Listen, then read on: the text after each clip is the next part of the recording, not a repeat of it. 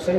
تو جس پہ سود کا ایک لقمے کی بات ہوئی، جس پہ سود کا ایک لقمہ کھایا، گویا اس نے اپنی ماں کے ساتھ 36 مرتبہ زنا کیا. یعنی جو اپنی ماں کے ساتھ 36 بار زنا کرے اس کو قیامت میں جو عذاب دیا جائے گا وہ سود کا ایک لقمہ کھانے والے کو دیا جائے گا. اب آپ بتائیں جو بیاج کا دھندا کرتے ہیں، انٹرسٹ کا کاروبار کرتے ہیں، ان کا کیا انجام ہوگا. اس لیے دنیا ہی سب کچھ نہیں ہے. اور اب گفتگو کو سمیٹتے ہوئے ایک آخری بات عرض کر دو سمیٹتے ہوئے کہ ایک بندہ تو وہ کہ جہنم میں پہاڑ جو پگھلیں گے، جس حصے میں پہاڑ پگھلیں گے، اس میں جس کو ڈالا جائے گا وہ کون؟ حرام کھانے والا. اس لیے اب حرام نہ کھانا. اور نمبر 2 کون؟ اب وہ دوسرا بندہ سن لے جو گناہ کبیرہ میں نے شروع کیا تھا. گناہ کبیرہ سے بچنے کا حکم ہے، بڑے گناہ سے بچنے کا حکم ہے. تو دوسرا کون بندہ اس حصے میں ڈالا جائے گا جس میں پہاڑ پگھلیں گے اور ایک دن میں 5 مرتبہ جہنم بھی جس سے پناہ مانگتا ہے اس طبقے میں. اور کس کو ڈالا جائے گا؟ تو وہ دوسرے نمبر کا بندہ ہے جو نمازوں کو ترک کرتا ہے، جو نمازوں کو ضائع کرتا ہے، جو نمازوں کی پابندی نہیں کرتا. اس حصے میں ڈالا جائے گا.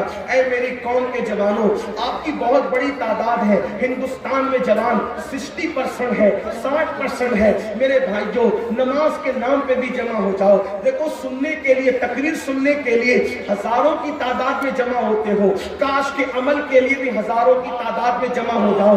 میرے بھائیوں، ہم نے مسجدوں کو ویران کر دیا. آج مسجدیں ویران ہے، آج مرثیہ کہاں ہے مسجدیں. ہم نماز کے لیے نہیں آتے. کتنا سادگی کے ساتھ بہانہ بنا دیتے ہیں، مولانا ہم ناپاک ہے اس لیے نماز نہیں پڑھتے. آپ سے پوچھتا ہوں مسلمانوں، بتاؤ جو ناپاک ہو وہ مسلمان کیسا؟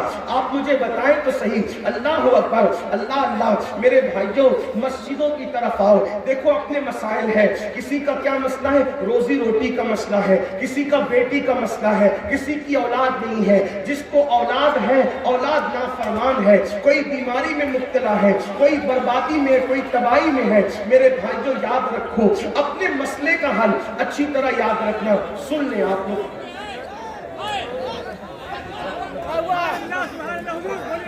دیکھیے کہ میں اس ماحول میں گفتگو کرنے کا عادی ہوں. میں انڈیا میں رہتا ہوں، ہندوستان میں رہتا ہوں، اور آپ کی یہ چیخ و پکار سے میرے کان آشنا ہے اور مجھے اس پہ کوئی برا نہیں لگتا. لیکن اتنا ضرور ہے کہ میرا احترام نہ کرو لیکن جس کی حدیث پڑھ رہا ہوں اس نبی کا تو احترام کرو. آپ چلاتے رہیں گے تو ہی میں گفتگو کرتا ہوں، مجھے کوئی فرق نہیں پڑتا. اس لیے کہ 4 لوگ کی چلانے میں مجھے فرق نہیں ہے. یہ جو ہزاروں اطمینان سے سن رہے میری توجہ ہی کی، میری اپنی عادت ہے. میں کبھی نگیٹو کی طرف توجہ نہیں کرتا، میں ہمیشہ پازیٹیو کی طرف توجہ کرتا ہوں.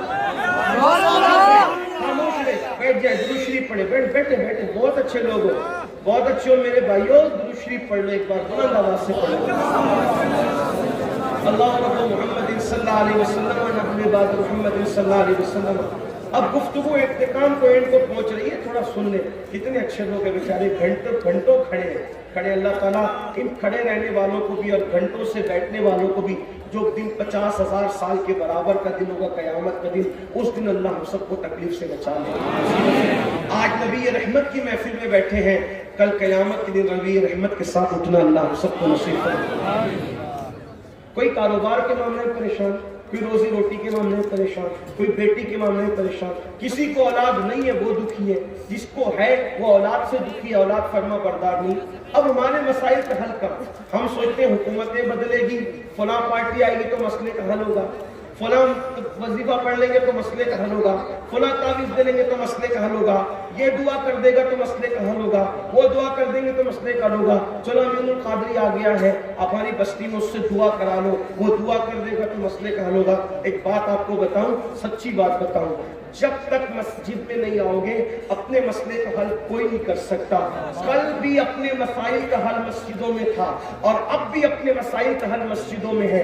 مجھ جیسا کیا، مجھ سے کوئی بہت بڑا بھی انسان آپ لے آؤ گے اور وہ بھی آپ کے لیے دعا کر دے تو اللہ اس کی دعا بھی آپ کے حق میں قبول نہیں کرے گا. کیوں قبول نہیں کرے گا؟ کیونکہ اللہ کے رسول کا فرمان ہے، میرے اور تمہارے نبی کا فرمان ہے، میرے اور تمہارے آقا کا فرمان ہے کہ جو نماز چھوڑ دیتا ہے نیکوں کی دعا سے اللہ اس کا حصہ ختم کر دیتا ہے، نیکوں کی دعا سے اللہ اس کا حصہ اٹھا لیتا ہے۔ بلکہ آپ کو یہ بات کہوں، مسلمانوں اگر نماز پڑھو تو تم کو میری دعا کی اور کسی کی دعا کی ضرورت نہیں ہے، کیونکہ ہمارے نبی ہمارے لیے 1450 سال پہلے اتنی دعائیں کر چکے ہیں کہ اب ہمیں مزید کسی کی دعا کی ضرورت نہیں ہے۔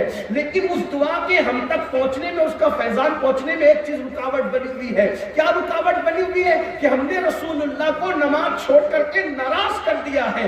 اگر ہم سجدہ کر کے حضور کو راضی کر لیں تو حضور کی دعاؤں کی برکتیں آج بھی ہمیں ہرا بھرا کر سکتی ہے، آج بھی ہمیں برکتوں سے مالا مال کر سکتی ہے۔ کتنی عجیب سی بات ہے، ہمیں واٹس ایپ کے لیے ٹائم ہے، فیس بک کے لیے ٹائم ہے، ٹویٹر کے لیے ٹائم ہے، ہر چیز کے لیے ٹائم ہے، بیوی بچوں کے لیے ٹائم ہے، دوست احباب کے لیے ٹائم ہے، آخر اللہ کی عبادت کے لیے ٹائم کیوں نہیں ہے؟ وہ اللہ کو ٹائم نہیں دیتے۔ کتنے بے شرم ہو گئے ہم، کس قدر غدار ہو گئے ہم، کس قدر بے وفا ہو گئے ہم اللہ کو ٹائم دینے کے لیے تیار نہیں۔ وہ اللہ جس نے زندگی دی، وہ اللہ جس نے ماں کے پیٹ میں ہماری خوبصورت شکل بنائی، کبھی آئینے میں اپنی شکل دیکھ کے اترانے سے پہلے سوچا ہوتا اگر یہی شکل کو اللہ چوہے جیسی بنا دیتا، کتے جیسی بنا دیتا، بندر جیسی بنا دیتا، ہے کوئی پوچھنے والا اس سے کہ تو نے ایسا کیوں کیا؟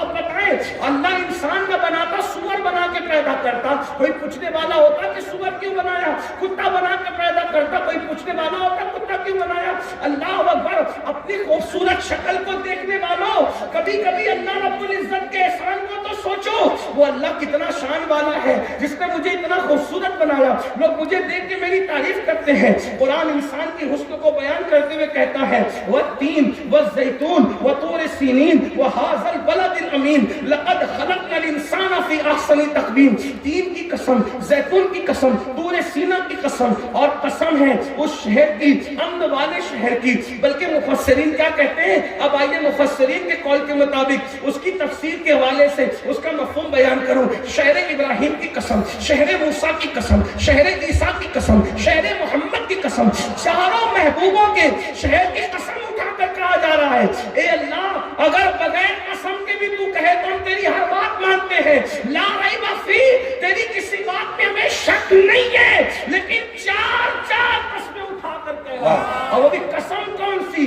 اس شہر کی قسم جس میں ابراہیم پیدا ہوئے، اس شہر کی قسم جس میں موسیٰ پیدا ہوئے، اس شہر کی قسم جس میں عیسیٰ پیدا ہوئے، اس شہر کی قسم جس میں محبوب پیدا ہوئے۔ پتا چلا نبیوں کی پیدائش کوئی معمولی چیز نہیں ہے۔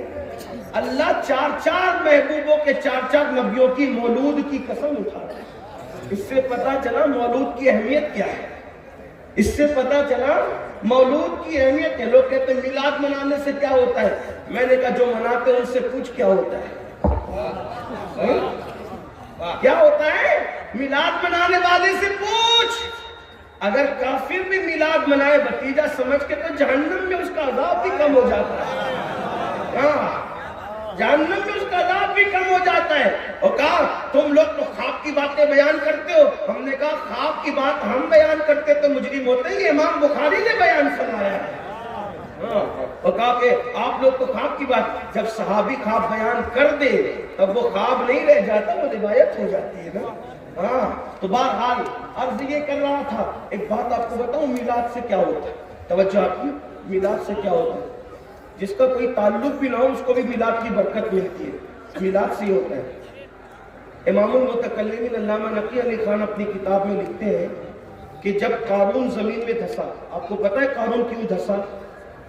لیکن دھسا اتنا تو پتا ہوگا، ابھی اس کی طرف جاؤں گا تو آدھا گھنٹہ اور چاہیے، لیکن اس کا نہیں کچھ کوئی ذکر کر۔ قارون زمین میں دھسا یہ تو پتا ہوگا آپ کو، قارون زمین میں دھسا۔ اب دھستا رہا، کب تک دھسا؟ موسیٰ علیہ السلام کے زمانے سے دھسا، اور کب تک دھستا رہا؟ رسول اللہ کی ولادت سے پہلے تک دھستا رہا۔ جیسے حضور کی ولادت ہوئی اور حضور کے قدم زمین کو لگ گئے، اللہ نے فرمایا اب قارون نہ دھسے گا، کیونکہ محبوب کے قدم زمین کو لگ گئے۔ قارون کا کوئی تعلق ہی نہیں ہے، میلاد مصطفیٰ سے قارون کا کوئی تعلق نہیں، لیکن بات کتنی ہے، وَمَا أَرْسَلْنَاكَ إِلَّا رَحْمَةً لِّلْعَالَمِينَ۔ رحمت للعالمین نے پیر زمین پہ کیا رکھ دیے؟ اب وہ دھستا ہوا قارون نہیں دھس رہا ہے،